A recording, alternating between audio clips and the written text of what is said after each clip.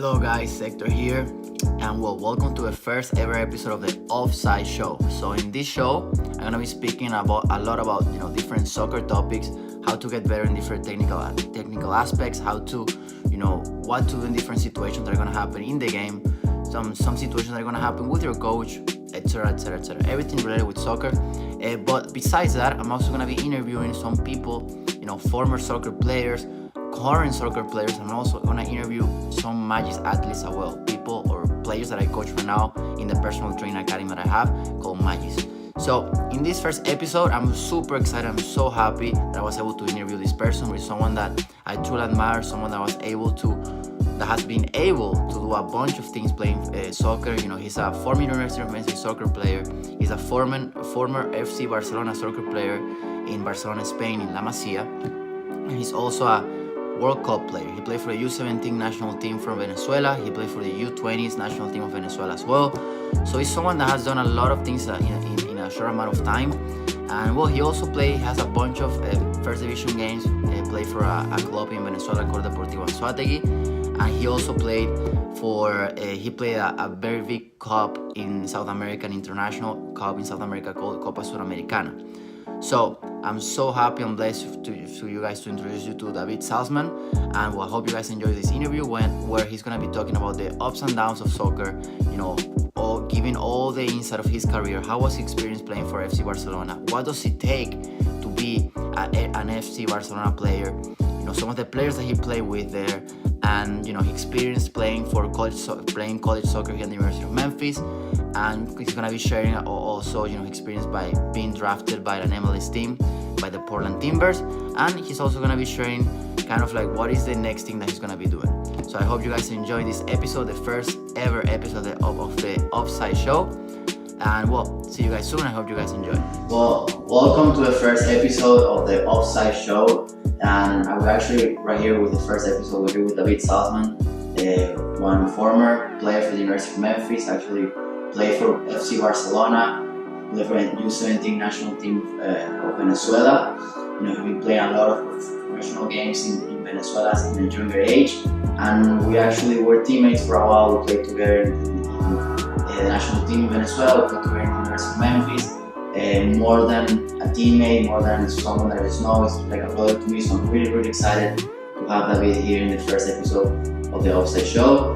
David, just for us to get started, and because I feel like a lot of people are really excited to get to know you a little bit more and know kind of like your path and some of the things that you've done. If you could tell us a little bit of your story, how did you get started playing soccer? What was the main reasons why you got started, and kind of like give you a little step by step of since you got started and all the way till now. Hello.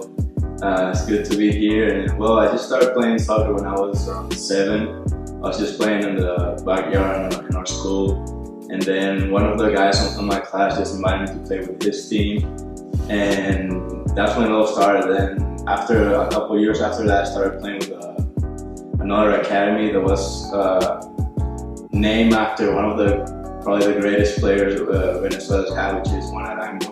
He's from my hometown too, and the head coach of the entire academy was his coach when he was a kid too.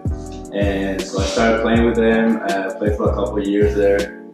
Then I got invited to Franco Ruiz's academy, which is like another academy that wasn't from my hometown, but he just invited players to create like a little competitive team that would travel to Spain or Argentina or some other places in Europe to play small like 5v5 or 7v7 tournaments. And that's how I got to Barcelona. I played for Barcelona Academy for 3 years in La Masia. Then I got my fourth year, I got loaned to another team in the city of Barcelona. After that, I didn't sign again with Barca. They released me, so I just went back home and started playing for Deportivo Anzoátegui when I made my debut in professional soccer when I was 16. That same year we won the Copa and Liga on my first 6 months in the professional. And I also had the chance to go with the national team with Hector in the under 17. And we went to the qualifier, then we went to the World Cup. Then I started playing more regularly with the professional team. I play around, I would say, I think 25 or 30 games in first division. And I also play in Copa Sudamericana, which is like the UEFA Europa League right now. I played 2 games there when I was 19 or 18, I'm not sure.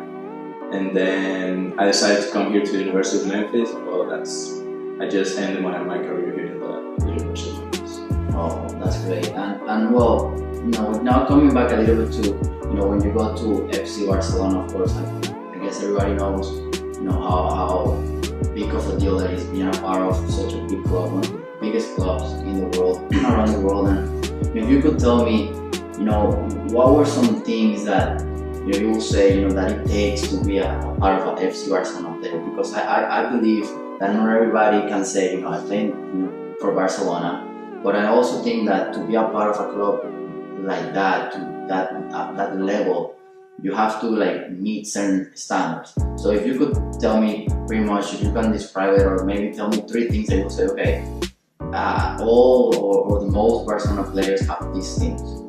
Well, I think if you hear their interviews or the head coaches or assistant coaches from Barcelona, they always talk about the Barca style, and that's something that it's probably comes natural in some players, and that's when they see it. And what I would say is just that ability to play with 1-2 touch and recognize early spaces on the field to move and receive the ball without being to struggle all the time with someone on your back or going into spaces where someone's already waiting for you. I think that's the main thing. Of course, once you get there, it gets a lot more difficult because you're competing against 22 more guys that are as good or better than you, and that's what also makes you a better player. It helps you build character too. And well, it's a difficult role, it's a hard role, a lot of challenges, and of course beautiful moments too, but I mean, it's like everything, it's not easy. You have to work every day to stay there. Yeah, I bet. And another thing that I would like to ask you regarding the experiences, you were very young. Like, how old were you? I got there when I was 12. So you were 12 years old. I mean, a lot of kids that I train, MAGIS personal training are 12 years old, even younger. So how was that experience? Going far from home, probably first time you go far from home, you live in Barcelona for many years, for a few years, and you were still young. So how was that change? What impact did it create in yourself as a soccer player and as a person? I mean, it was difficult. I mean, I left everything back home. Fortunately, my family came with me and we were living together in Barcelona. But I mean, you leave friends or family, and just the way you live back, and it's hard to adapt into a new culture. But I mean, it was like putting things on a balance, and just I was aware of the place where I was at that point. I knew how important it was for me and for my family, but I mean, I was just making my dream come true. And yeah, it was definitely hard. It wasn't my first 2 years weren't easy at all, because you need to adapt to the style of game and like being away from home and the cold and everything else. So it's challenging, but I think if you have your mind set to achieve something or prepare for something, it's doable for any person. So yeah, so you will say being focused on your objective and being really the same word, being focused on what you want to achieve is what pretty much helped you go through that stage. Yeah, I think it would have helped me if I would have trained my mind better. I think because the first 6 months I was just living in a dream, so I wasn't really aware of where I was or what I was doing. And I think I could have done a lot better if I would work every day as hard as I do it now. Because maybe I would just go after school, be tired, and then go to practice. And I might have not given my 100% every day in that first year, because I was not really aware of where I was. I was just like a happy kid, 12-year-old kid. But after that, things got real, and then I started focusing and then doing things the way that I should have done from the beginning. Okay, and well, now I guess because you play in Barcelona, you play along with great players around the world. So who are those some of those players that right now are playing in different places around the world that you play with, or that you got the chance to meet them and meet them in person? Well, I play with Tony Sanabria, who's the number 9 for Betis in Spain. Play with Captoon, he's a center mid that also plays for Betis. He's from Cameroon. Play with Hector Bellerin a couple of games. He's the right back for Arsenal, starting right back. One of my best friends, his name is Sergio Palencia. He played for Barcelona for a few years, and he got sold to a team in France in League One. He's their starting right back, and he's also the captain for the U23 in Spain, so he's doing really well. What team in League One do you remember? I don't remember right now.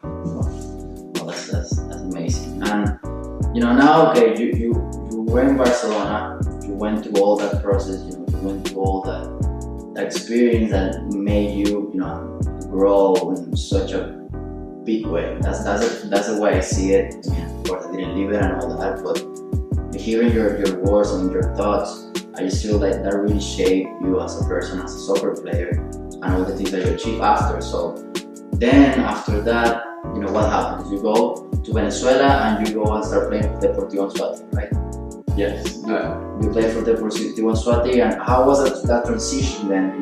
Being away from home, playing getting adapted to the soccer in Spain, and then coming back to Venezuelan soccer and being pretty much right away playing in the first division in Venezuela. Yeah, I mean, it was challenging because the game got more physical, and of course I was competing with people that at some point they might be 15-year-olds older than me, and with a ton of experience that I didn't at all have. And I was not gonna get it quick, and I still probably won't get it until 10 more years. So I had the two sides where I was learning a lot from all the players, and at the same point trying to make myself noticeable in the game, like make myself aware, make the coaches aware that I was there, that I was a player that wanted a spot on the team. Yeah, and I agree with you. And this kind of goes together what you said before. When you went Barcelona, kind of like you thought like maybe at the beginning you were like still living a dream or whatever. That kind of happened to me, but in Venezuela, when I started practicing with the first team for the first 3-4 months, to me it was almost like I couldn't believe it. And I agree with you. I went through the same thing. Different experience. You're playing with guys that have 10 plus year experience playing soccer, and it's totally different. There's like this status in soccer in South America that you have to respect, but at the same time you don't have to respect it as much because you gotta show it that you really want it. So that, to me at least, was one of the things that really was the hardest kind of like to understand and to adapt. So I share that point with you there. And then you started playing with Anzoátegui, and then you were able to win the league and the cup in your first year playing, right?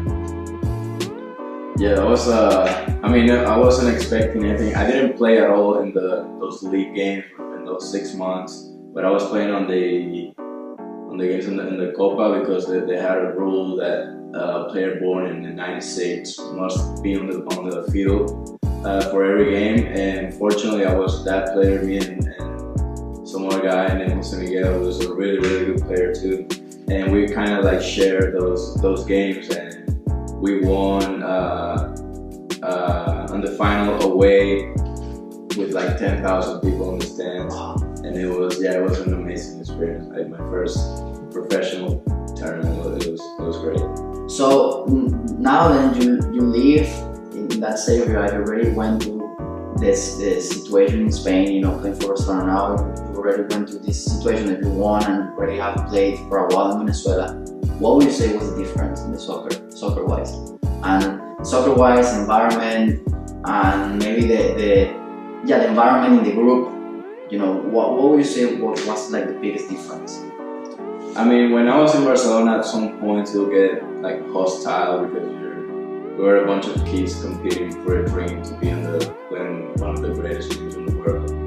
And when I went back home, it wasn't like that because I was already in a team that were all professional players that were competing just to either get better opportunities in some other team or with the same team, and they were fighting for the money for their family, so it becomes a family in the team. So the environment got a lot better. Everyone's like super friendly, and I'm not saying that Barcelona wasn't like that, but just sometimes it would be like difficult. But when I went back home, it got completely different. Like I adapted to the team easily because everyone was friendly and they were trying to help me all the time, and that's something that helped me a lot because even though I was in Venezuela, I wasn't living in my hometown, so I didn't have my parents or anyone that I knew at the moment, and that made a huge difference. No, okay, no, that's awesome. That's awesome, and yeah, I feel that that's one of the things that us as Venezuelans, I admire a lot of our people and our country is that we're really friendly people, and I feel like we care a lot about our people, and that's awesome that happened in your team. That you felt that way and you felt that you were part of something bigger than just a team. And then I want to ask you, because we've both played in Venezuela. You played there. You of course did everything in Venezuela. Played a lot there, and I would like to hear from you. What's the craziest story that you've ever heard in Venezuela, in the soccer in Venezuela? Because for you guys that don't know, soccer in South America is different, so in Venezuela is different, and it's funny stories that happen there. So I wanted to ask you, what was one of those crazy stories that you have heard and if you don't mind sharing with us? I don't know if this one will be the craziest, but this is an interesting one. It could be funny. We were in preseason, we finished preseason, and we couldn't fly from the city where we were to where home base was. So we took a bus, and the bus drive, it was something like 20 hours long. Wow. But 2 hours in, the bus like broke down, stopped working, so we just pulled over to the side of the road and waited for another bus to come that was supposed to take like 30 minutes, but ended up taking 4 hours to get there. So we waited all that time, knowing that we still had 18 more hours to go. So we jumped on the other bus when it gets there. When we get home the day after, I was good friends with El Pequeño Rondon, who's like an historical player for our national team. And at the point, I think he was like 34 or 33 years old, I don't remember. He was a little old, but still probably one of the best players on our team. And we get back, we got off the bus, he looks at me and told me straight in the face, like, they just took 6 months of my career with this trip. So like, they were ruining his soccer career with that trip. So That's hilarious. I mean, those, just so you guys know, those just one of the things that happen in soccer in Venezuela, and that's just one of the stories. I mean, I'm sure that it knows many. I mean, I know many crazy stories that happen there, which makes us grateful for all the things that there is here in the US and accessibility for the soccer teams in general. But now moving on a little bit, and because I feel talking a little more about the soccer in Venezuela, there is maybe a little bit, but especially in the past, there was a lot of misconception of soccer in Venezuela and the old players in Venezuela. And I mean, you play there, and I feel like, and I did too, and we played with guys that are really, really good, guys that could be playing, in Europe in big teams easily. So, and I feel sometimes just because of the status of going from Venezuela, and what are your thoughts on that? Do you think that that's changing? And maybe if it's changing a little bit, why do you think that's changing? I mean, the time has been there. I would say that the thing that affects us the most is that not many teams have all the resources necessary to train like a super professional team like they do it in Brazil or Argentina or the US. So that's the main part. And I mean, lately, after Venezuela's been like going to World Cups in the younger ages, that helps those kids to have exposure and go play in Europe or go play in great teams in South America or in the MLS. And that's step by step, we're just getting bigger and bigger, and that will, at some point it will come where we're not seen like as a weak soccer country anymore. I know many people don't see us like that, and that might be one of the things. But I still think that once every team can have all the resources necessary, that Venezuela will be a power country for soccer. Yeah, and I agree with you. I feel like soccer in Venezuela has grown so much. I read an article not too long ago saying that most of the international players in MLS are from Venezuela. So it's something that shows all the development and the increasing like the great ability that soccer players have in Venezuela. But now moving on a little bit, you're playing for Anzuategui, then the national team comes and it starts what is the South American tournament, the U17. In Venezuela, how would you describe that process? How would you say a coach for a national team, in this case Venezuela, will get the chance to see you and call you up for one of your training camps? And if you can share that. Well, I think for me, I got kind of lucky because the coach knew I was coming back from Spain and he wanted to see me. And he invited me right away after I got back from Spain. Fortunately, I did very well in my first training camp, and I just kept earning that chance every time I had the opportunity to go. And I mean, like that, there were 100 players that were amazingly skilled. But it's just that competition every day showing up. When we had 2-3 sessions a day, showing 100% in every one of those sessions. And that's what makes a difference,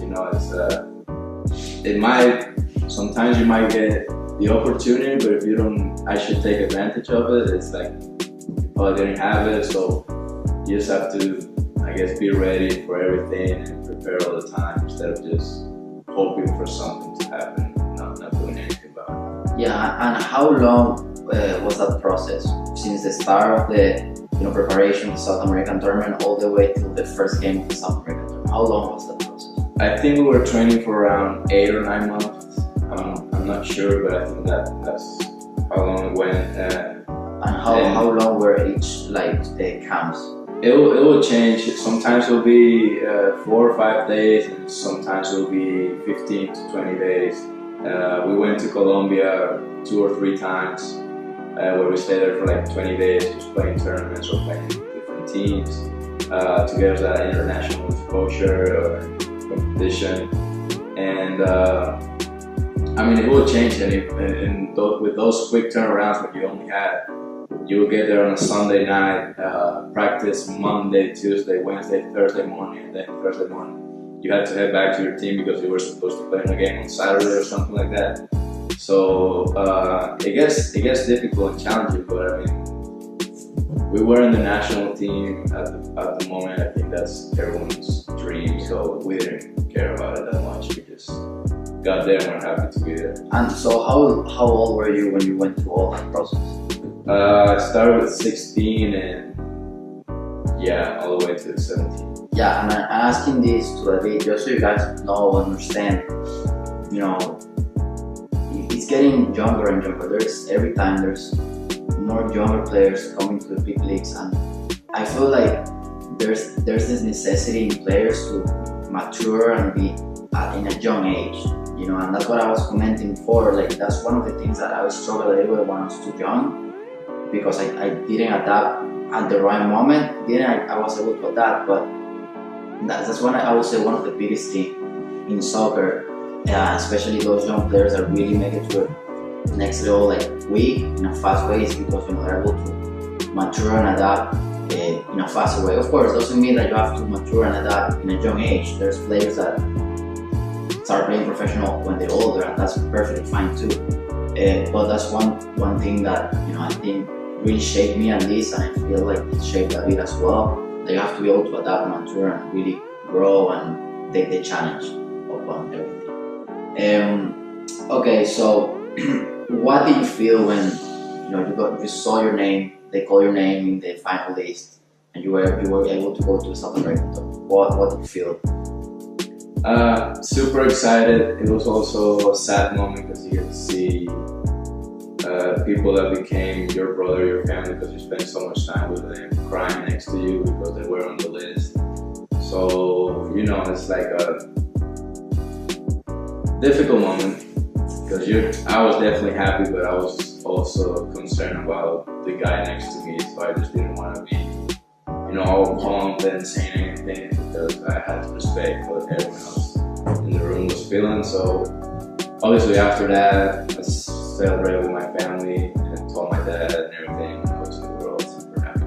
No, I agree with you, and you know, that's the part about soccer. You know, you're gonna go through good times, and I've talked about this in different videos. You're gonna go through good times and bad times. You know, sometimes you're gonna be able to make teams, sometimes you're not gonna be able to make teams. And both things, you gotta try to see the positive. Well, when the bad things happen, not the result that you wanted, you gotta try to see, you know, what's the most positive thing that happened thanks to this. How can I improve? So then I can be in that list, then I can keep improving and keep getting better.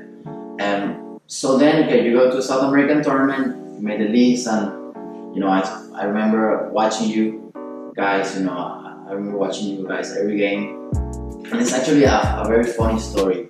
Before I tell that, when you were part of the U17, when you were still in the preparation phase to go to a South American tournament, I remember I was playing for the U18 of Caracas FC, and I remember we were playing against the Deportivo Anzoátegui. I was playing against your friend Boyo. And I remember you in that game you were playing as a U12. You were playing in the under 20s for Anzoátegui, and you came to Caracas. And in my team, there's another common friend, Leomar. Leomar, you guys know, he plays in Spain. He played with both of us. And I remember we finished our game because the U18 normally plays before the U20s. And I remember Leomar coming to me, "Oh, that's David Zalzman." Who's David Zalzman? I said, "No, yeah, he plays with me in the national team," because Leomar, in that moment, he was in the preparation phase to go to the South American tournament. And I remember Leomar, that was the first time I heard about you actually, like in person, and telling me great things about you. You know, yeah, he's super quality player, lefty, and we both know how he speaks. You know, like funny, like amazing. And I was amazed. And I remember seeing you play, and that was the first time I actually saw you play in person. And it was one of the things that really amazed me. And the first time, you know, it amazed me watching David play. And well, yeah, that's actually the first time I heard and saw David, you know, one of our common friends. That's why you have a poster of me? No, I don't. I could. If you want to give me one, but yeah, so coming back to what we're speaking. So okay, you're in the South American tournament.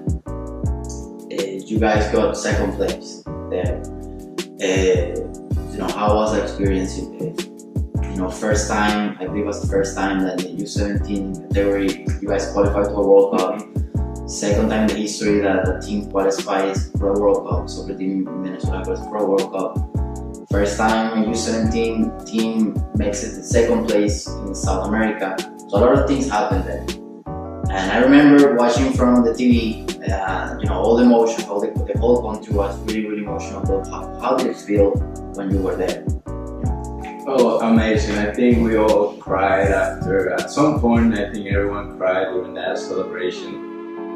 Because we went through the second round, and that's when you play, there's 6 teams, and you play all of them, and the top 4 go to the World Cup. And I believe that it was on our second to last game against Uruguay. We tied that game, and that was what we needed. We only needed 1 point to get to qualify for the World Cup. So after the game, we all rushed the field, started hugging each other. I mean, everyone almost crying, people praying, thanking everyone, you know, hugging. You would turn around, you couldn't say anything. We were just yelling at each other and screaming and just having fun.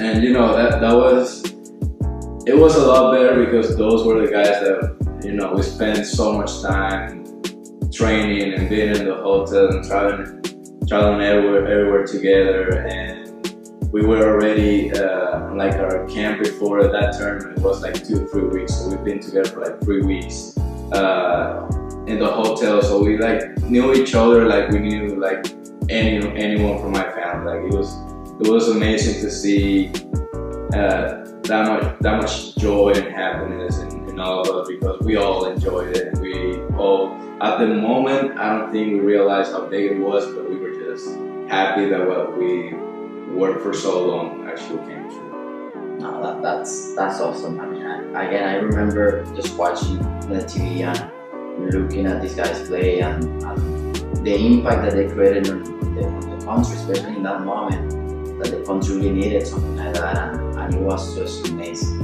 It was amazing to see them accomplish something like that. But then, okay, you know, you guys got all that. You were second place in South America, got the World Cup pass, and then, you know, right away, well, almost right away, the U17 World Cup, you know, the preparation starts, and you know, how was, you know, that process adapting from that mental shift, I would say, coming from such a big accomplishment, and then almost right away having to switch your mindset and be like, okay, I gotta, now we did this, now I gotta start my focus and time to work again.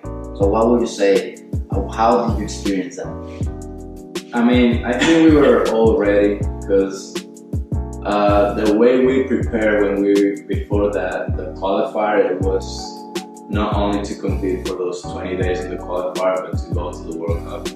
So we knew that it was just finishing that tournament, going home for maybe, well, not going home, going back to your team for 2 weeks maybe, and then going back out with the national team. And we didn't care at all. I mean, everyone was playing on a World Cup. It was probably the best experience I've had so far.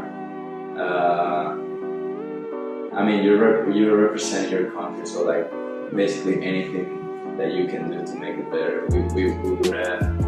And yeah, I mean, it didn't take much to convince anyone that we needed to train harder and focus more and help each other more than what we even did before. So it got actually easier to work with each other. Okay, and then would you say there was, I mean, a difference between the preparation to the World Cup compared to the preparation to the South American tournament? Meaning, like, you know, new players getting there, players that maybe didn't go to the South American tournament, and you know, was there kind of like more pressure? Did you feel anything, or it was just, you know, just another day, you know, just trying to earn a spot just like before?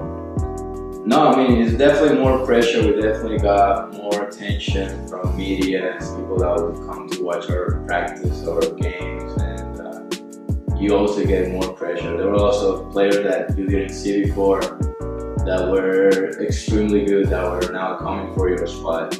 So I think we all raised our level to try to keep our spot, and unfortunately some didn't, some did. That's when you came in and you earned your spot and you went to the World Cup. And I mean, that's how it is. It's competition every day. There's something new, someone new, and I'm mostly sure that anywhere else, like, there's someone better than you at some point, some place in the world, so you just can't relax for a second. Yeah, and that's one of the things I talked to you guys before. Like, you cannot just get one goal, achieve something, and then just be like, okay, I'm done. You gotta already raise your standards and keep going to after you have next, because you're gonna turn back and you have somebody that's chasing you and gonna take your spot. But you know, actually, another funny story that happened to me, and as David said, that was the time that I got to a national team. I didn't go to South American tournament, but I made like the camps to go for the World Cup. And the first camp I remember was in Merida. And we're like 30 players. I remember 30 players in that camp. And the very first day, we did a fitness test, and it was a 1 kilometer run. I don't know what is that in miles, but it was like they created like this lab with like poles in the soccer field, and you have to go all out as much as fast as you can for a whole 1 kilometer. And they divided by groups. And I remember, funny thing, we were in the same group. And I remember I started, me coming, my perspective, from my perspective, coming as a new guy, I was like, man, I gotta do my best. I gotta beat everybody, or just do whatever I can. So, and I remember just going a little bit slow, or not slow, but not being the first one. But then towards the end, I started like running a little fast. I was the first, and then I see this guy, like the last, I don't know, 100 meters or something. The guy just flew next to me. I'm like, what? Because he was nearly pretty much doing the same thing. He was saving it towards the end. But at the end, he just passed me, and I remember he got like first place, or like, I don't remember overall. I remember he got like, I got that first, second or something. I got like third or fourth. We had this guy in our team that was just amazing, Douglas. Douglas, like super fit. But that was another funny story that happened. And again, we both went through the same process pretty much. And one of the things that I try to touch base a lot is try to tell the players that I coach, and one of the things that I try to express in those videos, and that details matter. And I feel that's one of the biggest things that I felt when I was in the national team, especially with the coach that we had, Rafael Dudamel, awesome coach. He's actually the head coach right now of the full Venezuela national team. And I think that he really cared about those things, like little things, little details on and off the field. So what are your thoughts on that? I mean, I think that's very important, especially on the field. I remember my dad was telling me, try to be the first doing it on any exercise, or whenever the coach talks, just make sure that you're there, that you're not hiding in the back, that he sees you, that show interest, show that you want to be there. And those things really matter. Not only for the coach, it helps you to be more engaged in the game, and it helps your skills as a leader too sometimes, to show everyone that you want to be there. And like, I don't know, I think it goes both ways. It helps yourself and your teammates too. So it's like, and that's about the other thing I was gonna tell you. We always talk about this, how because you're in such a environment that everybody's trying to fight for a spot. If everyone was the same team, and the competition was insane. We always talk about it, and we try to remember things that happened, and every day it was like a competition. And that's one of the biggest things that I take away from my experience when I was there. From my point that was different from David's point, because I was not there before, but also coming from David's side, he's pretty much saying the same thing, that the competition was insane. And we talk about it, and we always say that at least me, I think that's the highest level I ever played soccer, I believe, because I was around so many good players, and there's this saying of people sometimes say you are the average of the 5 people you hang out the most with. In this case, we're a team of 20, 25, 30 players in some camps, but you're around people that are amazing, that are doing great, that are great players. You're probably going to be a great player too, because you want to be in that standard or even better. So something that you guys can think about. And then we both made it to the World Cup, and we didn't get the result that we wanted. It was not at all what we expected, but we play against big teams such as Japan, Russia, Tunisia. And what are your takeaways from that? If you can tell me one takeaway from each game, from each team, what would you say, or how would you describe them? Maybe something like that. I think if we would have taken our opportunities in a better way, we probably would have done better. But we also played, especially Japan's probably the most dominant team I've ever played with or against. I don't know how it really was, but it was something like, possession was something like 75-25 or something like that. It was unreal how much I heard in that game. Like, we couldn't see the ball at all. somehow we managed to score, and I think we at that point was 2-1 the game, but they ended up winning 3-1. But like we didn't see the ball at all. It was we might have had like 3 or 4 chances. It was all counterattacks, and it was difficult. And against Russia, it was our last game. I mean, we really had to go all out to try to qualify. So that played against us because we were all trying to rush it forward so bad because we needed not only to win, but to win by like 3 or 4 goals. Yeah. And that played against us because we were playing a Russia team that was super strong, physical, and they have very good players. So once we put all those numbers from every counterattack, was like a clear chance for them that really destroyed our game plan. Right? So definitely we got experience from that, learning how to manage games better, knowing when to do things and when not to, when to go forward, when you should stay and try to cover your back line or something like that. And those are the little things that you learn with time. It's just part of the experience, part of the game that everyone gets at some point. And as you go and as you grow as a player and you go to better level or play with players in your team that are playing better level or greater level than you learn stuff from them that will also help you to grow as a player. So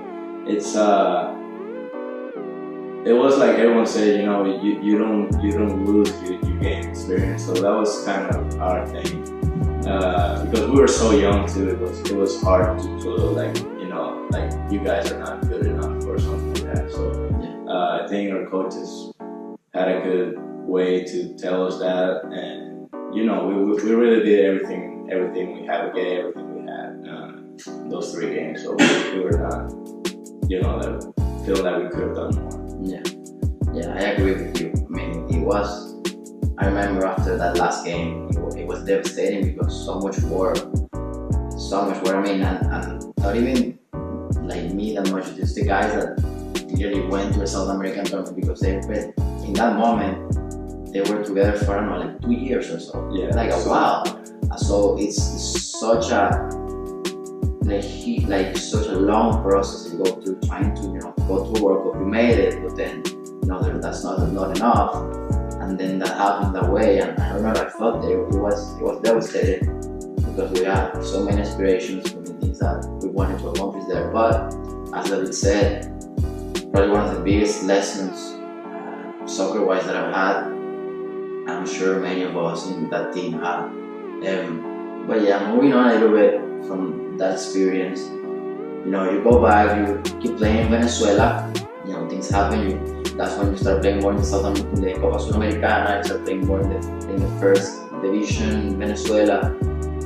But then, you ended up coming to Memphis, University of Memphis. So how did that happen, and why did you make that decision to come to play college soccer here in the United States? Well, it was more like a family decision. And I talked to Juan Guerra, and knowing that Hector was already here was also,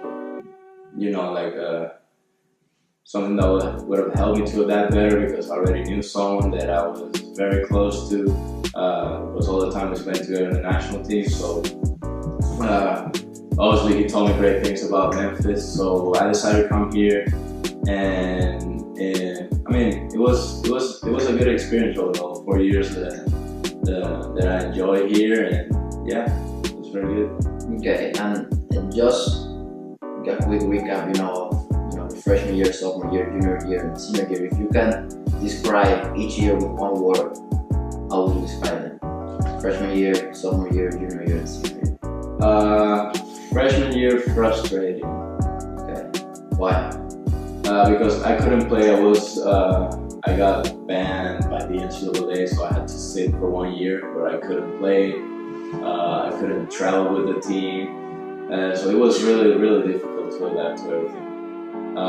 Fortunately, everything worked out for my second year, and that's when it actually all started and kind of soccer for me. So, okay, what about your sophomore year? One word you can describe it. I don't know, maybe like adaptation. Adaptation. Yeah, it was a difficult year. I hadn't played in like a year, so of course coming back to soccer, to playing on like game speed, it got difficult the first 3 games. So then I had to adapt to the rhythm again, get my game fitness in and all that. We did actually okay that year. I think we went 8-1 maybe or something like that, which is not great, but compared to what we did on our sophomore, my freshman year was very good. Then we went my junior year, disappointing. Yeah, I think we had a good team, but for some reason things didn't work out. We had a terrible record. I couldn't really tell what was going on. It was just like a series of mistakes that would happen in every game. It's not that we played badly all the time, but we just had like 1 or 2 mistakes in every game that would just punish us. Then senior year, I don't know. It could be rewarding year. Yeah, maybe. We had a good season. We played quality soccer, I think, that year. We played some good teams too that we went, and we went to Creighton, which is like a soccer school, and it's big, and they have great players, and their stadium is huge, and there was a ton of people there watching, and we actually played very well against them. We had our chances, and we could have won that game easily. Not easily, but we really had our chances to win. And unfortunately they won at the end, but we got to see things, or I got to see things that I didn't see in my first 3 years. And I was enjoying being on the field with guys that we understand each other so well that we could have closed our eyes and just passed the ball and know that guy was gonna make that run, or that I knew that this guy was gonna have my back if I lost the ball or something like that. And we made it to the conference tournament for the first time since we joined the AAC. So that was great. Then we went to play on the quarterfinals. We played USF, and we won that game 3-1, like big stadium, because we played amazing that day.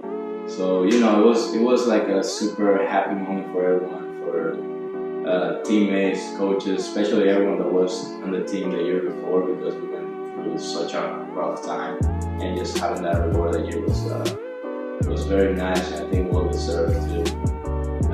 And then unfortunately we lost in the semifinals against SMU in overtime. That was devastating, but at the end I think we all were not happy, of course, but we knew that we gave everything and that we had a good season, and that was something to build on after that. So it was a good year.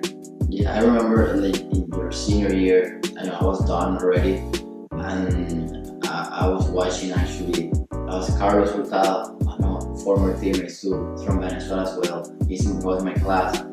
In that time when they were in the tournament, he was here in Memphis visiting, and we were watching the game, and we were so anxious because what David said, we went through not many good seasons, and we wanted to see Memphis grow, especially for everybody, for the coaches, for the players that are there, the players that we play there, for the new players that are getting there and trying to adapt to Memphis.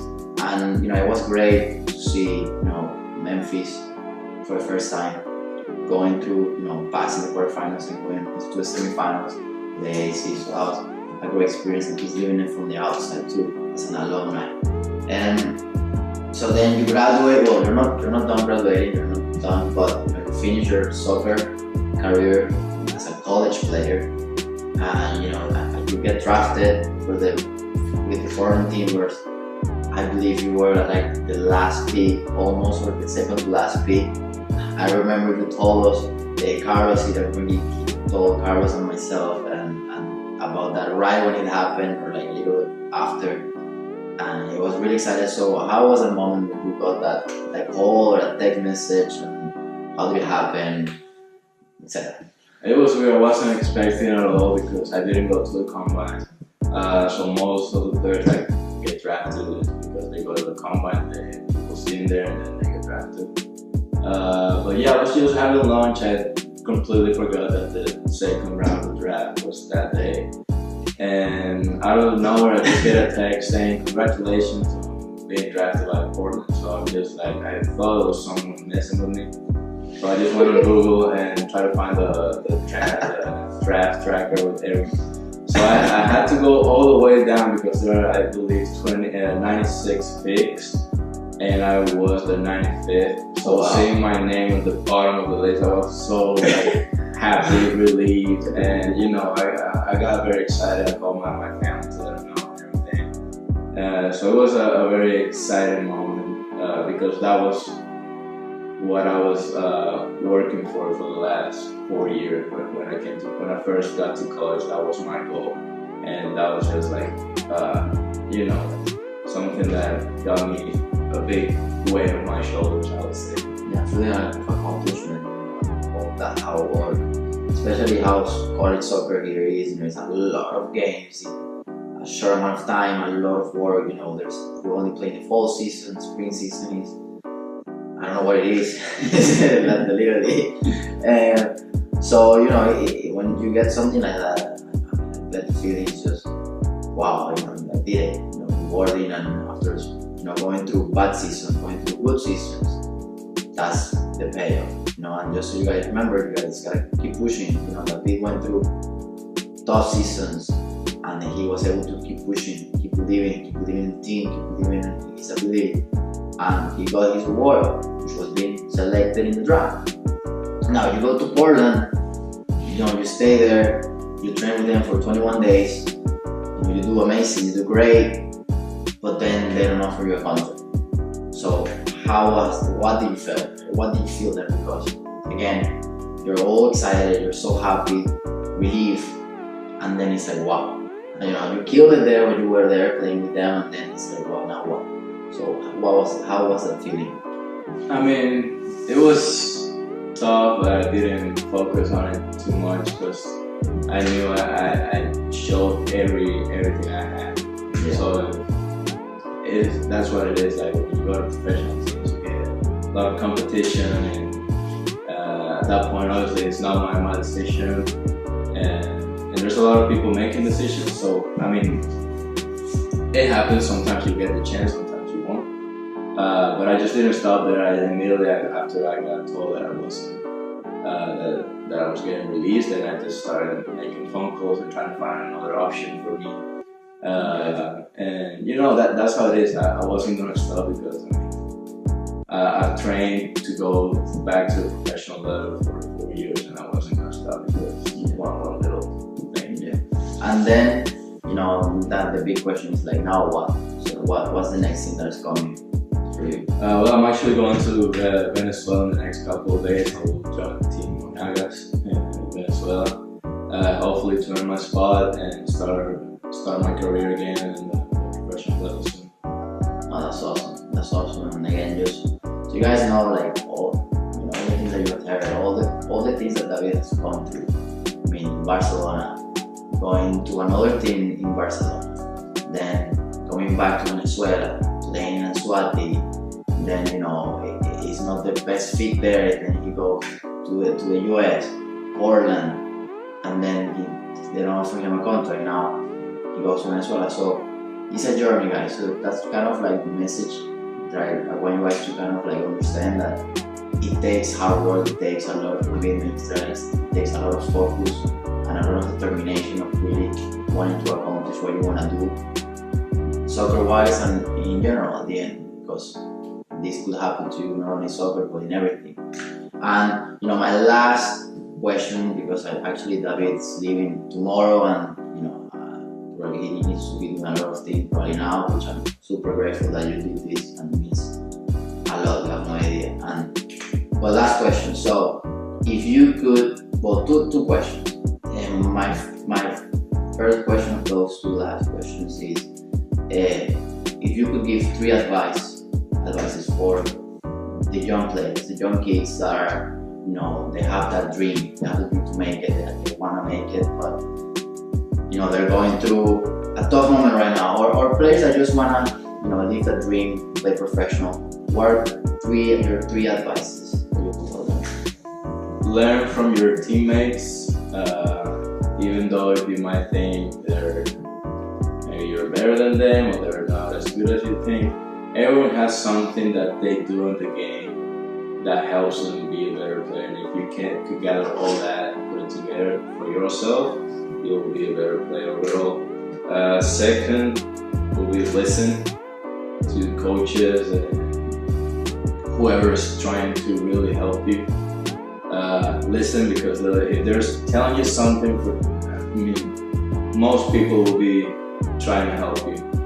And third, just hard work, as you said before. And if you keep working hard and you stay focused, it's hard to give up. So as long as you know what you really want, I think that the option to be a professional soccer or be a doctor or be a president, whatever you want to do, is just right there. You just gotta find the right ways to get the things done. Yeah. No, that's great. And well, my last question would be, if, for example, let's assume tomorrow you're not in the world, you're not here anymore. I know it sounds weird, but you're not here anymore, and you cannot take anything with you. Out of all the experiences, all the things that you did, all the good moments, bad moments, great moments, everything, you cannot take anything with you. You're gone. What would be three things that you leave for the world? So kind of like a lesson, or whatever, something that, an advice or something that you went through that you think that by sharing that, or not what happened or the experience, but what you learned, that could help somebody else, or whatever you want to. I would say to be prepared for anything and not just wait for something weird to happen, so to actually react and then start getting ready. Man, I don't know. It's a hard question. One more thing, at least one more. One more. Things that I would leave to the world to know. Believe in yourself. Have something to force you to believe in yourself. Because if you don't believe in yourself, then who will? Exactly. No, that's awesome, Juan. And David, I just wanted to tell you how grateful I am for playing with you so many times, and in the national team and here in college. For the guys, this guy is an awesome guy.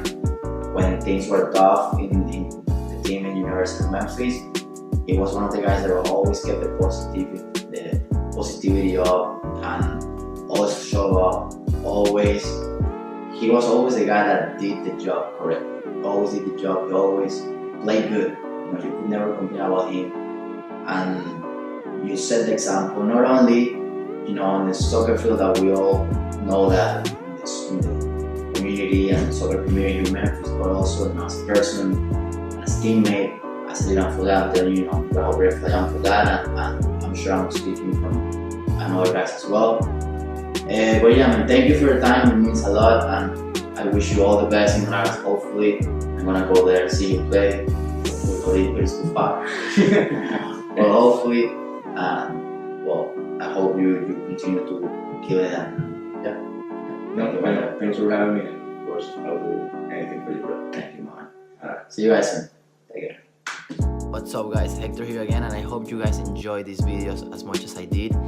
My biggest takeaway from this video was the fact that all the places that David has been to, and all that it takes to achieve your dream. Because at the end of the day, whatever you want in life, it could be soccer, it could be anything, you're gonna have to make a lot of sacrifices. And you guys just heard David's story. He did so many sacrifices, so just think about that. If you really want to be a soccer player, you really want to achieve that, you're gonna have to do a lot of sacrifices and put a lot of effort into it. And also wanted to let you guys know, in the description of this video, I'm gonna leave a link that it's gonna take you to a highlight video of David Zalzman.